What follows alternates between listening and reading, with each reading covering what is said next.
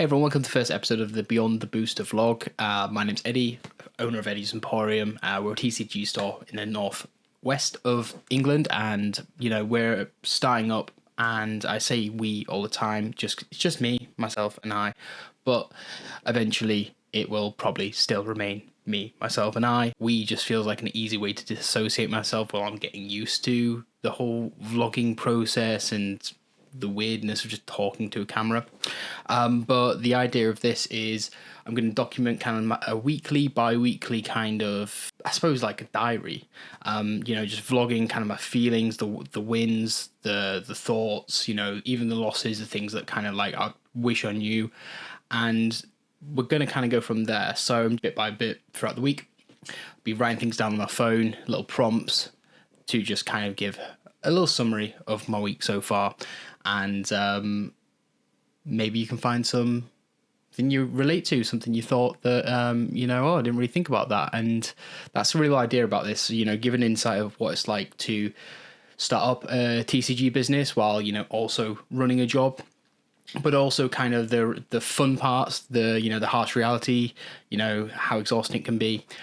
So this is episode 1. Let's have a look at what I've kind of jotted so far. Oh, and it'll probably be just kind of this style throughout. I don't anticipate me editing or heavily editing these videos. It's just kind of like, a little brain dump at the end of the week in the form of content. So this week, it's been really good for orders. We've had a really good 2 months. Really impressed with how it has started to pick up. The way that I anticipated it, it would be like kind of a 2-3 year process building up a brand, the brand awareness, the image I want to forego, being a new TCG shop as well. You've got to earn that trust, and it's really nice to kind of see orders come through and repeat customers now start coming to the forefront of, my business. And, when I start seeing names pop up, if you're watching this, you know who you are. It's nice to kind of be able to kind of give back to them, and I usually throw in sometimes freebies or anything like that, but that's not blackmail for you to shop with me, so bear that in mind. We got some more graded cards back. I don't know if you can see right now, there's some at the back here just in the photo booth, some ones with these were just MGC ones. There's like a little TikTok about this somewhere here. We've started to get a mixture. It's quite interesting on the fact that I'm trying to branch out from just Pokemon, because Pokemon is essentially, the big money market. It's a bull market now. It will always probably be the TCG, but I also want to be able to learn more and expand into areas that I once had never been part of, especially that with graded. That being said, it's not a primary objective of mine at this moment in time. Graded's all well and good, but it's almost like playing a stock market. You've got dips. You have to kind of either pull. I'm not too keen to open up my own sealed stock. I feel that it's a very slippery slope. I enjoy being able to sell sealed. I'm not here to be kind of have that kind of rip and ship mentality towards it. While I do enjoy singles and personal collection, I usually get graded singles. I don't anticipate it being more so that I'll buy raw probably at events, at cons in the future, with the capacity to be grading them. That's the way I kind of can see a potential for Eddy's Emporium to get a bigger, more established grading area. But right now, I'm new to this. I definitely want to start with sealed, and I think that's going to be super important for establishing, a repetitive, repeat buyer. I know I can go to Eddy's Emporium to get X, Y, and Z, rather than that one-off card and know that I do singles but don't know what I might have at that moment in time. So that's a secondary objective for me. Also, the market's a bit funny, especially in the UK. Obviously, outside of the whole tariff situation, with PSA and America, ace grading right now, it's like a hype beast drop to try and even get places for grading. So as you notice there, they're all MGC grade slabs.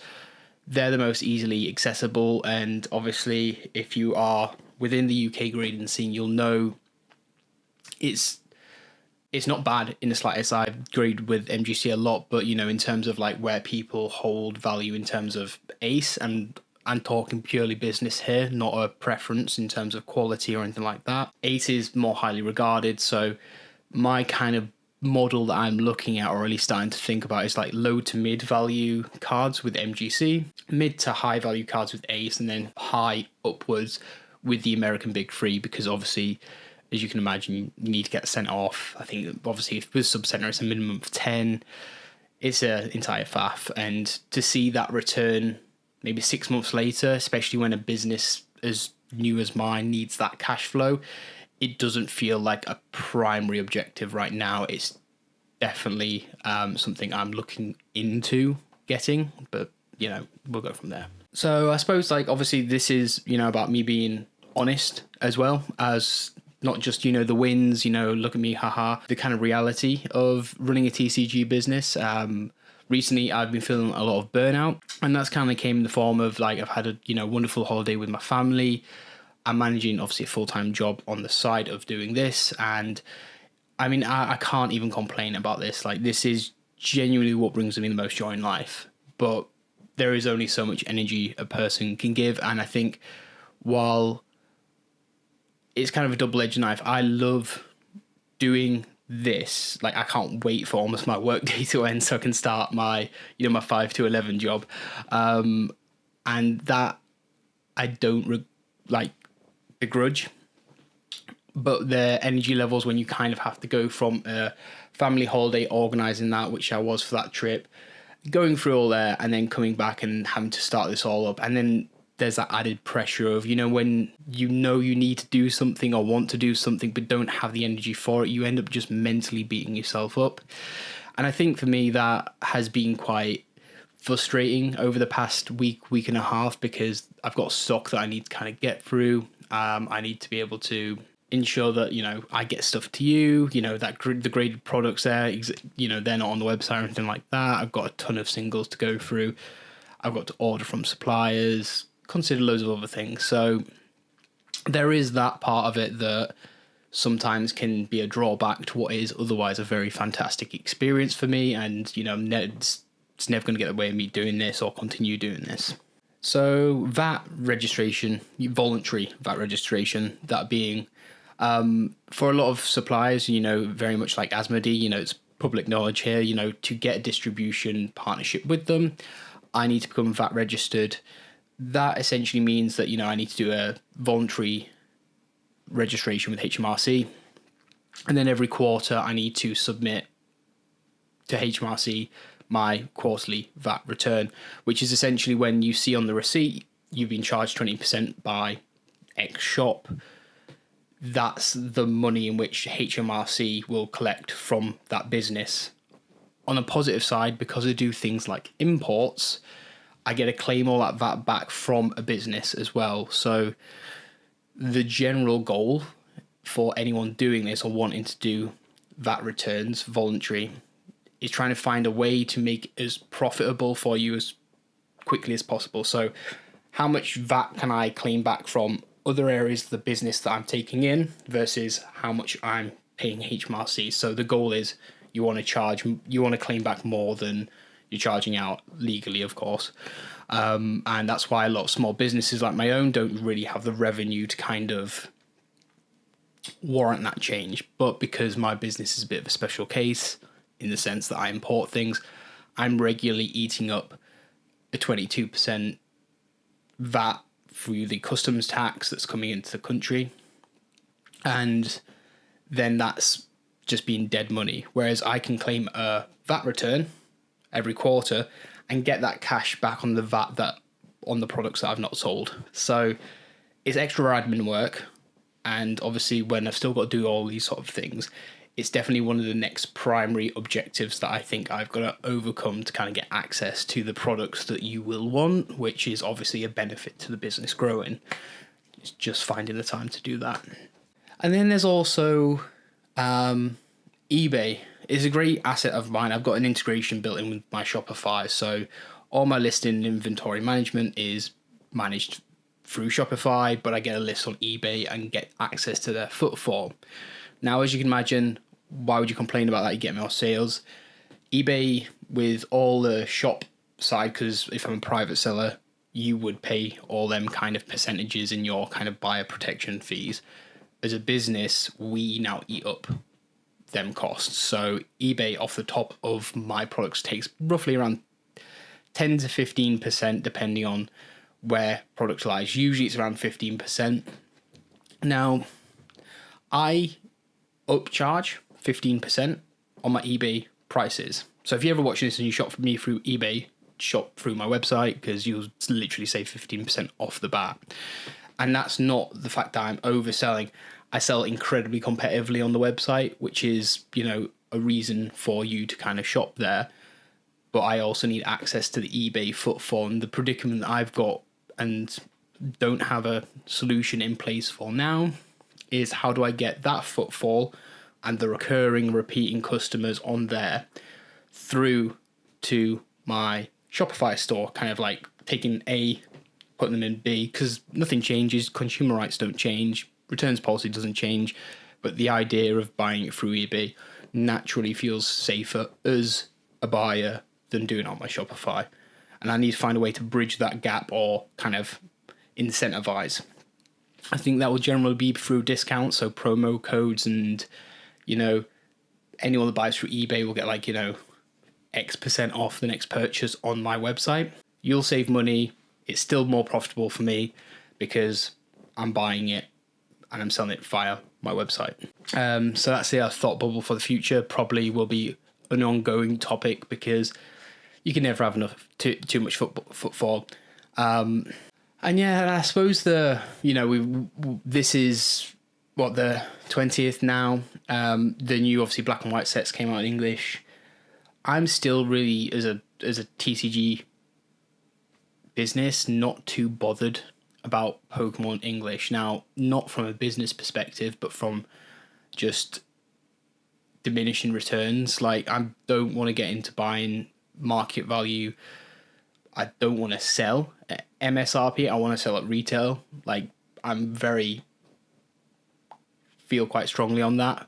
The only time I ever associate market prices for things like that is, singles graded and other either out of print products, because of that supply and demand model. It's harder to find.